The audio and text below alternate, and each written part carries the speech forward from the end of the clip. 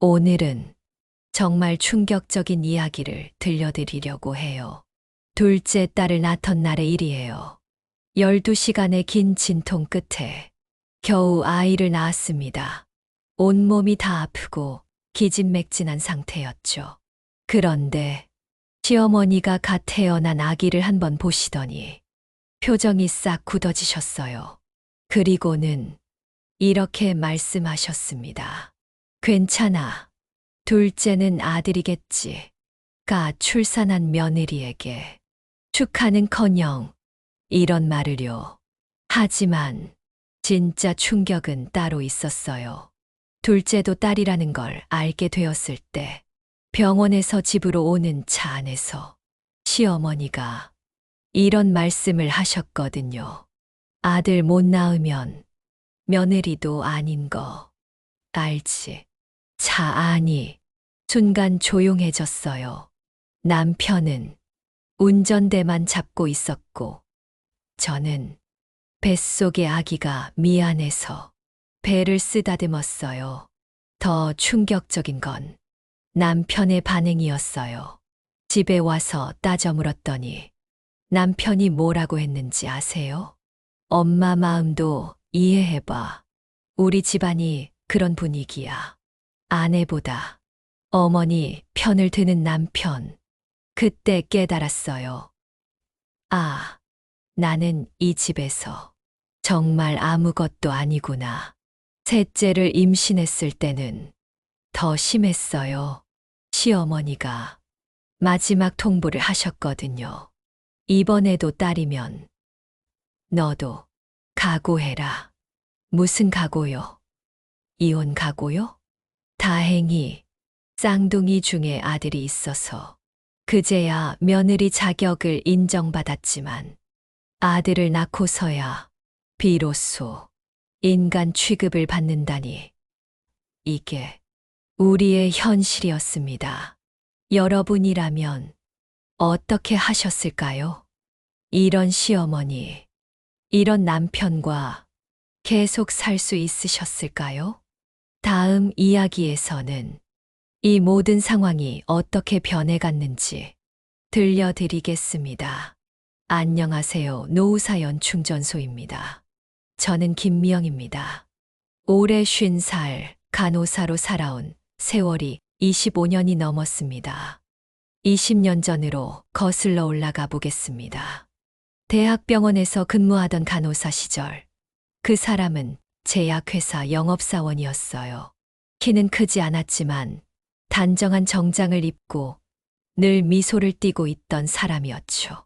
매주 수요일 병동에 들르던 그가 어느 날 제게 커피 한 잔 하자고 했어요. 그때 제가 얼마나 당황했는지 모르겠어요. 갑작스러운 제안에 저는 괜찮습니다 라고 말했는데 그가 웃으면서 그냥 동료로서 커피 한 잔이에요. 부담 갖지 마세요 라고 하더라고요. 병원 옆 작은 카페에서 우리는 처음으로 서로의 마음을 조금씩 내보이기 시작했어요. 그 카페는 늘 의료진들로 북적거렸는데 그날따라 조용했어요.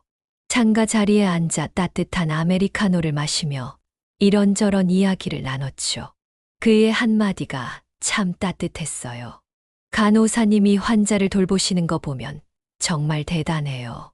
어떻게 하루 종일 그렇게 웃으면서 일하실 수 있어요? 저는 그때 처음으로 누군가가 제 일을 정말로 봐주고 있다는 느낌을 받았어요. 그저 당연한 일이라고 생각했던 제 모습을 누군가는 소중하게 바라봐주고 있었구나. 그 이후로 우리는 가끔씩 그 카페에서 만났어요. 처음엔 일주일에 한 번, 그 다음엔 며칠에 한 번씩. 그렇게 서로 위로하고 응원해주며 1년 반을 연애하다가 결혼했습니다. 프러포즈도 그 카페에서 했어요. 평범한 수요일 오후였는데 갑자기 작은 반지 상자를 꺼내더니 함께 늙어가면 안 될까요? 라고 했죠. 너무 로맨틱하지도 과하지도 않은 그의 방식이 제 마음에 들었어요. 신혼집은 작고 소박했지만 함께라서 충분했어요. 결혼 후 곧바로 느껴진 건 시어머니의 기대였어요. 딸 낳고 끝날 줄 알았니? 아들은 꼭 낳아야지. 그 말이 제겐 명령처럼 들렸고 제 몸과 마음을 무겁게 짓눌렀어요.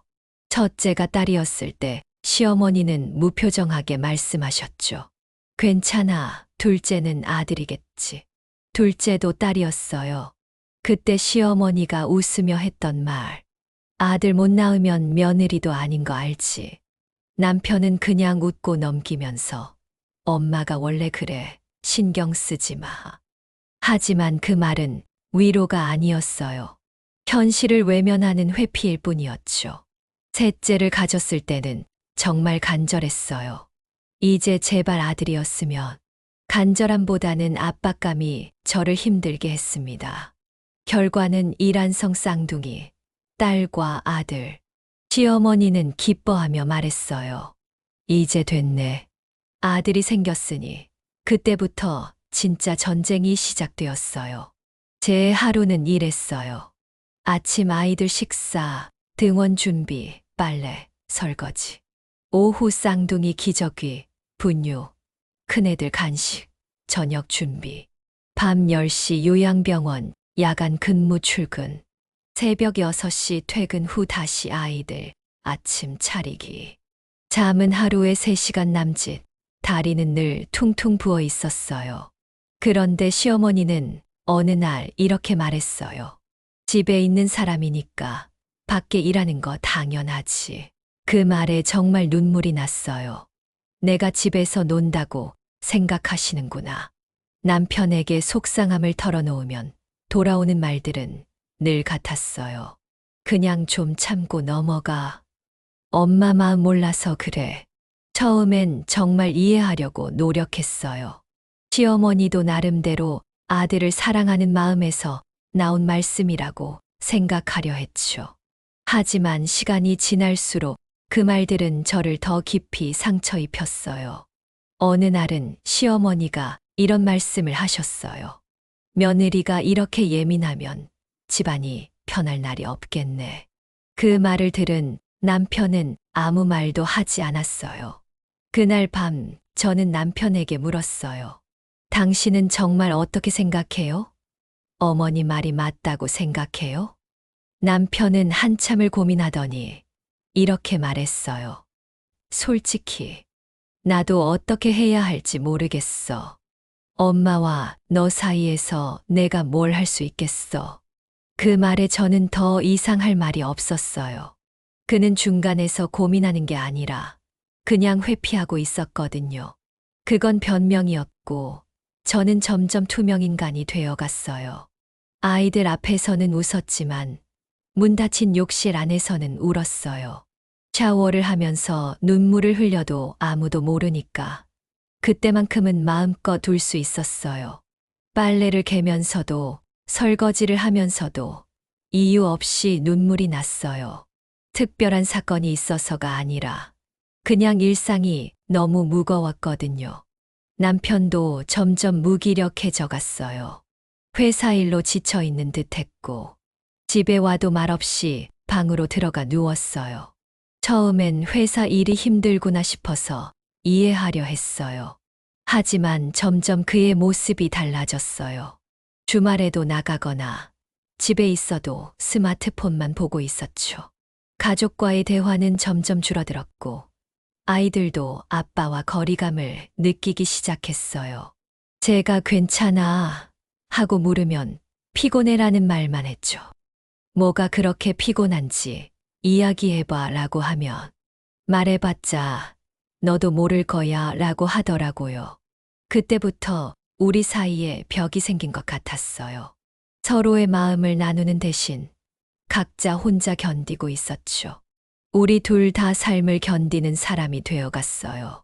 서로를 바라보는 눈빛이 사라졌고 집은 점점 조용해졌어요.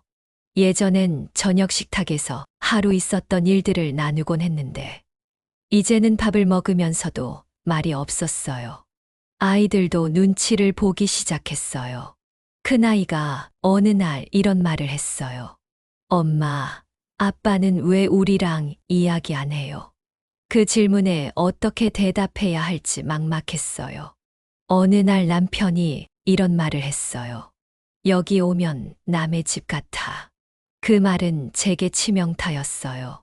이 집을 지키고자 모든 걸 내던진 제게 남의 집이라니. 하지만 솔직히 말하면 저 역시 그와 비슷한 마음이었어요. 남편이 집에 오면 오히려 더 긴장됐거든요.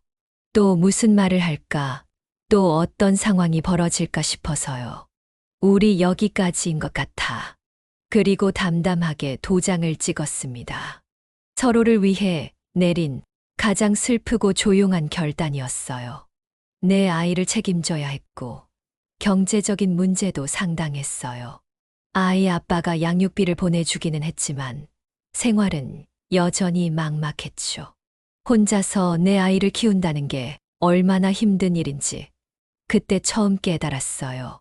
아침에 아이들을 깨우는 것부터 시작해서 등교 준비, 도시락, 학용품, 모든 게 제 몫이었죠.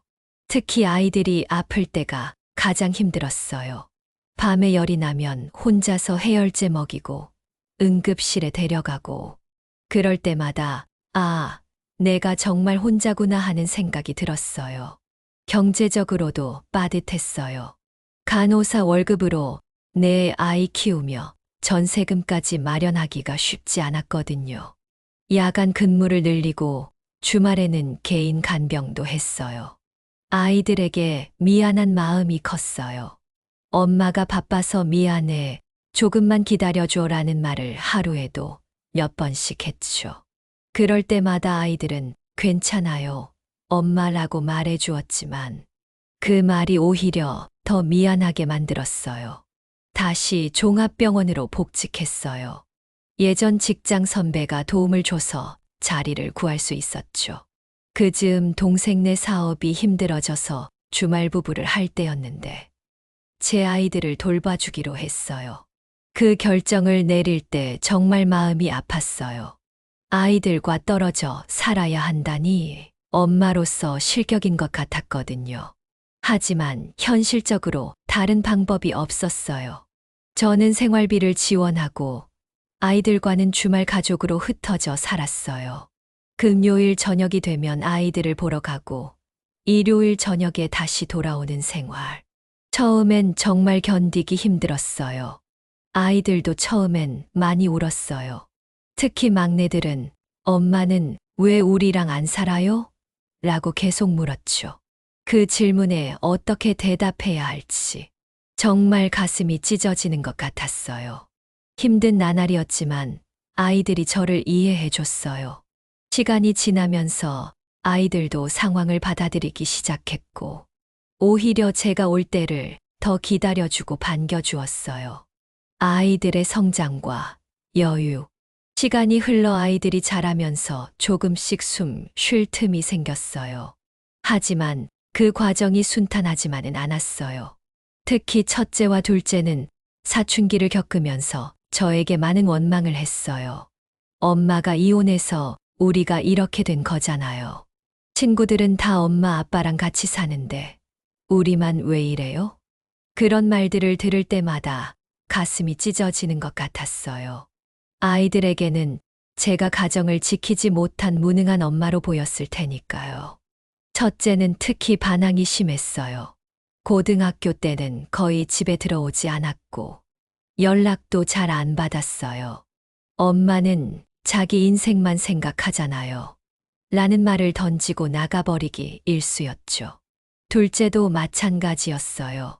겉으로는 착한 척했지만 속으로는 저를 원망하고 있다는 걸 알 수 있었어요.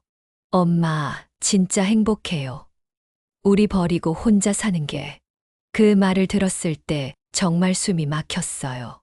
내가 아이들을 버렸나? 내가 잘못 선택한 건가? 밤마다 그런 생각에 잠을 이룰 수 없었어요.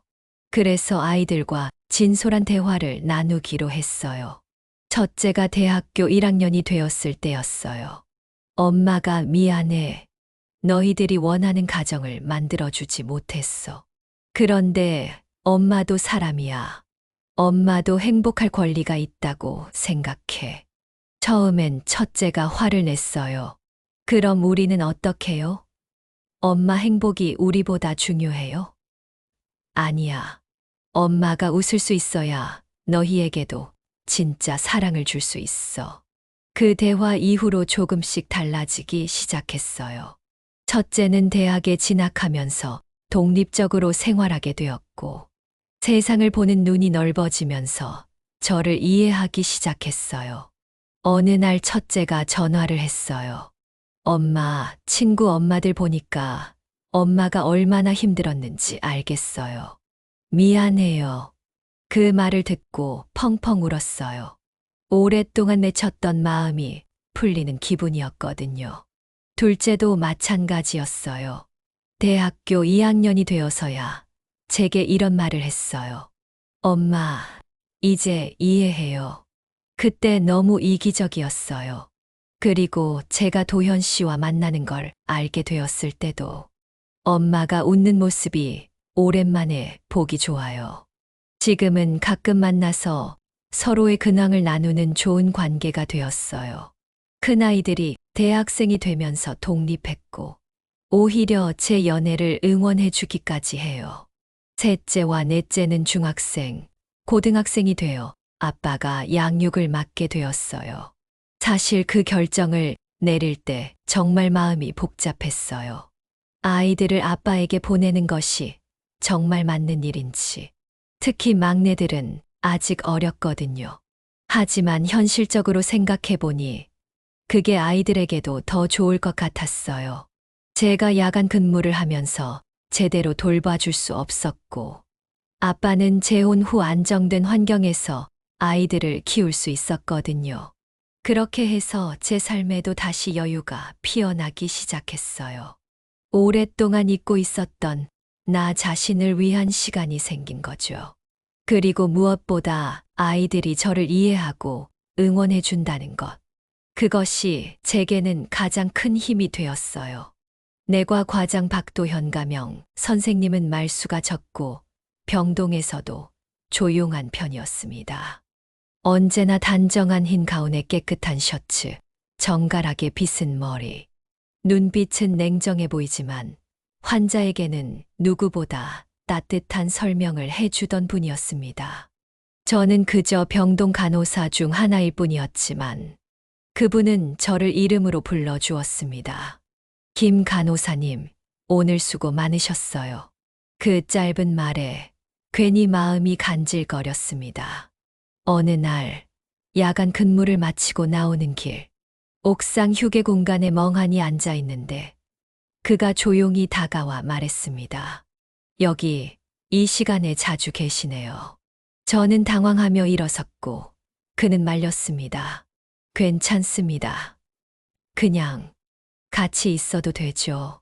사실 그 옥상은 제게 특별한 공간이었어요. 야간 근무가 끝나고 나면 집에 가기 전에 잠시 머물곤 했거든요. 도시의 불빛들을 보면서 하루를 정리하는 시간이었죠. 그날도 마찬가지였어요. 새벽 6시, 아직 해가 뜨기 전이었는데 도시는 조금씩 깨어나고 있었어요. 멀리서 들리는 차 소리, 일찍 출근하는 사람들의 발걸음. 힘든 하루셨나요? 그가 조심스럽게 물었어요. 아니에요, 그냥 조용한 시간이 좋아서요. 우리는 그렇게 나란히 앉아 있었어요. 말없이 그저 새벽 공기를 마시면서요. 그 침묵이 어색하지 않았어요. 오히려 편안했죠. 저도 가끔 여기 와요. 생각 정리할 때. 그가 말했어요. 의사 선생님도 생각 정리할 일이 있으세요? 사람이면 다 있죠. 특히 이 일을 하다 보면 그날 이후로 가끔씩 옥상에서 마주쳤어요. 서로 일부러 시간을 맞춘 건 아니었는데 신기하게도 비슷한 시간에 그곳에 있었죠. 처음엔 가벼운 인사만 나눴는데 점점 대화가 길어졌어요. 그날 이후 저는 가끔씩 그와 함께 커피를 마셨습니다. 직접 내린 드립 커피를 담아온 그의 텀블러. 텀블러 뚜껑을 열면 따뜻한 향기와 함께 짧은 메모가 들어 있었습니다. 밤샘 근무 수고하셨어요. 오늘도 무사히. 겨울이라 손이 많이 거칠죠. 핸드크림 챙기세요. 도현 선생님은 자주 말하지 않았지만 그가 건네는 한마디, 그의 시선, 그의 조용한 배려는 오히려 큰 목소리보다 깊게 마음에 남았습니다. 처음으로 누군가가 저를 엄마가 아닌 한 사람으로 바라봐주는 느낌이었습니다. 퇴근길에 그가 기다리고 있다가 말했습니다. 오늘 특별히 보고 싶었습니다. 그 말을 듣고 나서 한참을 가슴이 두근거렸습니다. 그게 사랑인지 그저 외로움인지 몰랐지만 따뜻했습니다. 분명히 따뜻했어요. 어느 날 제가 말했습니다. 저는 아이가 넷이에요. 이혼했고 힘든 시간도 많았고요. 그는 조용히 고개를 끄덕이며 말했습니다. 그게 김 간호사님이 지금의 모습이 된 이유라면 저는 그 모든 시간을 포함해서 좋아합니다. 그 말에 저는 처음으로 제 지난 시간을 부끄럽지 않게 받아들일 수 있었습니다. 그 이후로 우리는 종종 병원 옥상에서 커피를 마시거나 근처 공원 벤치에 앉아 조용히 시간을 보냈어요. 조심스럽게 마음을 열고 서로의 이야기를 꺼내기 시작했죠. 그는 자신의 외로움과 저처럼 참아온 상처들을 이야기했어요. 저는 오래전부터 결혼 생각이 없었던 건 아닙니다. 다만 타이밍이 늘 맞지 않았어요. 그의 이야기를 들어보니 정말 많은 일들이 있었더라고요. 그의 아버지는 그가 의대 본과에 진학하던 해에 갑작스럽게 세상을 떠났고, 그날 이후 그는 어머니와 동생 둘을 책임지는 가장이 되었습니다. 아버지가 돌아가신 후에 어머니가 많이 우울해하셨어요. 몇 달 동안 방에서 나오지도 않으셨죠. 그때 제가 의대생이었는데 학업과 집안일을 동시에 해야 했어요. 첫째 동생은 그때 고등학생이었고 막내는 중학생이었대요. 갑자기 가장이 된 그는 아르바이트를 하면서 등록금을 벌어야 했고 동생들 학비까지 책임져야 했다고 했어요. 어머니가 허리도 약하시고 막내는 아직 자리도 못 잡은 상태였거든요. 그 시기에 누굴 만난다는 게 너무 부담스러웠어요. 연애는 꿈도 꿀 수 없었대요. 의대 동기들이 소개팅도 하고 연애도 할 때 그는 늘 집에서 동생들을 돌봐야 했죠. 20살 초반에는 친구들과 놀고 싶은 마음도 있었어요. 하지만 집에 가면 숙제 봐달라는 동생들이 기다리고 있고 어머니는 여전히 우울해하시고 그럴 때마다 제가 버텨야겠다는 생각만 했어요. 돌이켜보면 저는 늘 누군가를 책임져야 했어요. 그러다 보니 제 감정은 자꾸 뒤로 밀리더라고요. 의사가 된 후에도 마찬가지였대요. 동생들이 대학에 진학하고 취업할 때까지 그는 계속 지원해야 했어요. 그렇게 시간이 흘러 30 중반이 되었을 때 이제 좀 자유로워졌나 싶었는데 이번엔 어머니가 많이 아프셨대요. 그때도 결혼을 생각해 봤어요. 소개팅도 몇 번 나가보고 하지만 상대방에게 솔직하게 말씀드리면 다들 부담스러워 하시더라고요. 시어머니 간병과 뒷바라지까지.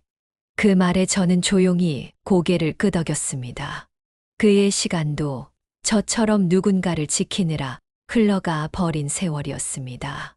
지금은 다들 자리를 잡았어요. 동생들도 결혼해서 각자 살고 있고 어머니도 많이 좋아지셨고요. 그런데 이제 제 나이가 그가 쓸쓸하게 웃었어요. 이제는 누군가와 함께 웃고 싶습니다. 의무가 아니라 온기로 남는 그런 사람을 만나고 싶어요. 누군가에게 따뜻함이 되고 싶어요. 그게 당신이었으면 해요. 그 순간 오랜 세월 얼어붙었던 제 마음 한구석이 녹아내렸어요. 우리는 서로에 대해 천천히, 아주 천천히 알아갔어요. 감정도 말도 조심스러웠지만 그 속에 진심이 있었어요. 함께한 저녁, 그의 손이 내 손등을 살며시 덮었을 때, 전 깜짝 놀랐지만 손을 피하지 않았어요. 괜찮아요. 그가 묻자 저는 고개를 천천히 끄덕였어요. 그날 밤 우리는 오래도록 손을 잡고 걸었고, 마지막엔 그가 제 이마에 아주 조심스럽게 입을 맞췄어요. 그 키스는 열정이라기보단 한 사람의 삶을 껴안아주는 다정함이었어요. 며칠 뒤 저는 그의 집에 초대받았어요. 식탁에 그가 만든 간단한 파스타와 와인이 놓여 있었고, 조용한 클래식이 흐르던 그 공간에서 우리는 서로의 눈을 바라보다가 아주 조용히 서로의 품으로 안겼어요. 그의 집은 생각보다 따뜻했어요. 깔끔하게 정리되어 있었지만 어딘가 쓸쓸한 느낌도 있었죠. 거실 한편에는 예약서적들이 가지런히 꽂혀 있었고, 식탁 위에는 작은 화분 하나가 놓여 있었어요. 혼자 살면서 요리하는 게 쉽지 않으실 텐데. 제가 말했어요. 처음엔 그랬어요. 하지만 익숙해지더라고요. 오히려 누군가를 위해 요리한다는 게 이렇게 설레는 일인지 몰랐어요. 그의 말에 가슴이 따뜻해졌어요. 얼마나 오랫동안 누군가를 위해 무언가를 준비해보지 못했을까요? 처음으로 누군가의 품이 따뜻하다고 느꼈고, 그 품 안에서 처음으로 괜찮다는 안도감을 느꼈어요. 그날 밤 우리는 서로의 온기를 느끼며 삶의 고단함을 어루만지듯 천천히 입을 맞추고 가볍게 몸을 겹쳤어요. 젊음의 욕망과는 달랐어요. 애틋함과 이해, 삶을 포개는 듯한 깊은 위로였어요. 그 이후 며칠 동안 저는 계속 그 순간을 떠올렸어요. 오랫동안 잊고 살았던 감정들이 하나씩 되살아나는 것 같았죠. 두려우면서도 설렜어요. 다음에 만났을 때 그가 말했어요. 후회하지 않으세요? 무엇을요? 저 같은 사람과 이렇게 지내는 것 말이에요. 저는 그의 손을 잡으며 말했어요. 후회할 게 뭐가 있어요? 이렇게 마음이 따뜻해진 게 언제인지. 그때 그의 눈에 눈물이 맺혔어요. 저도 정말 오랫동안 이런 기분을 느껴보지 못했어요. 함께하는 일상. 그 이후로 우리는 매주 함께 시간을 보내며 함께 시장을 보고 밥을 해 먹고 산책을 하고 함께 늙어갈 준비를 했어요. 처음 함께 시장에 갔을 때가 기억나요. 뭘 좋아하세요? 그가 물었어요. 글쎄요. 요즘엔 혼자 먹을 일이 많아서 잘 모르겠어요. 그럼 오늘부터 천천히 알아가 봐요. 그렇게 우리는 서로의 취향을 하나씩 알아갔어요. 그는 단맛을 좋아했고, 저는 매운 음식을 좋아했죠. 그는 차를 좋아했고, 저는 커피를 좋아했어요. 다른 점이 많네요. 제가 웃으며 말했어요. 달라서 좋은 것 같아요. 서로 새로운 걸 알아갈 수 있잖아요. 정말 그랬어요. 그를 통해 저는 홍차의 깊은 맛을 알게 되었고, 그는 저를 통해 매운 음식의 매력을 발견했어요. 함께 요리하는 시간도 즐거웠어요. 그는 생각보다 요리를 잘했어요. 정확하고 정성스럽게 하더라고요. 저는 오랫동안 남을 위해 요리해 본 적이 없었는데, 그와 함께하니 요리가 이렇게 즐거운 일인지 새삼 깨달았어요. 간호사님은 손이 참 빠르세요. 그가 말했어요. 직업병이에요. 병원에서 늘 빨리빨리 해야 하거든요. 저는 정반대예요. 천천히 정확하게 하는 편이고요. 그래서 더 잘 맞았는지도 몰라요. 저의 성급함을 그가 차분하게 잡아주고, 그의 신중함을 제가 활기차게 밀어주고, 주말이면 근처 공원을 걸었어요.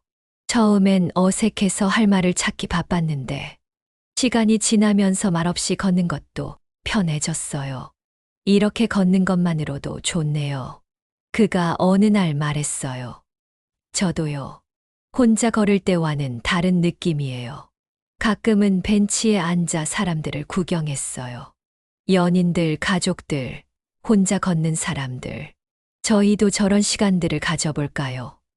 그가 물었어요. 어떤 시간이요? 그냥 평범한 일상들 말이에요. 함께 늙어가는 그런 시간들. 그 말에 가슴이 벅차올랐어요. 함께 늙어간다는 표현이 이렇게 아름다울 줄 몰랐거든요. 지금 저는 그 사람과 함께 하루를 살아갑니다. 그리고 매일 밤 조용히 서로의 이름을 부르며 잠듭니다. 아침에 눈을 뜨면 그가 저를 위해 차를 우려놓았고, 저는 그를 위해 토스트를 구워놓았어요. 그런 소소한 일상들이 이렇게 소중할 줄 몰랐어요. 우리는 서로의 일상에 스며들었어요. 그는 제 야간 근무 스케줄을 외우고 있고, 저는 그의 진료, 시간과 회의 일정을 챙겨주고 있어요. 때로는 함께 영화를 보거나 책을 읽기도 해요. 그는 추리소설을 좋아하고, 저는 에세이를 좋아하거든요. 서로 읽은 책을 추천해주며 이야기하는 시간도 즐거워요. 당신과 함께 있으면 시간이 참 빨리 가요. 제가 말했어요. 저도요. 이런 게 행복이구나 싶어요. 누군가 말하더군요. 그 나이에 무슨 사랑이야? 하지만 저는 말하고 싶어요. 사랑은 나이를 가리지 않아요. 오히려 이 나이에 더 깊고, 더 따뜻하고, 더 진짜예요. 이게 바로 제가 말하고 싶었던 황혼의 사랑이에요. 그게 황혼에 피는 꽃이라 해도 그 향은 참 깊더라고요. 혹시 새로운 만남이 찾아온다면 두려워하지 마세요. 과거의 상처 때문에 현재의 행복을 포기하지 마세요. 저도 처음엔 정말 무서웠어요. 내가 다시 상처받으면 어떡하지? 아이들이 뭐라고 생각할까? 주변 사람들이 뭐라고 할까? 하지만 지금 생각해보면 그런 걱정들은 별로 중요하지 않았어요. 정말 중요한 건 내 마음이었거든요. 오늘도 여러분의 하루가 따뜻하기를 바라며 여러분 모두가 자신만의 행복을 찾으시길 바라요. 이상 세상의 모든 사연이었습니다. 긴 이야기 끝까지 들어주셔서 정말 감사합니다.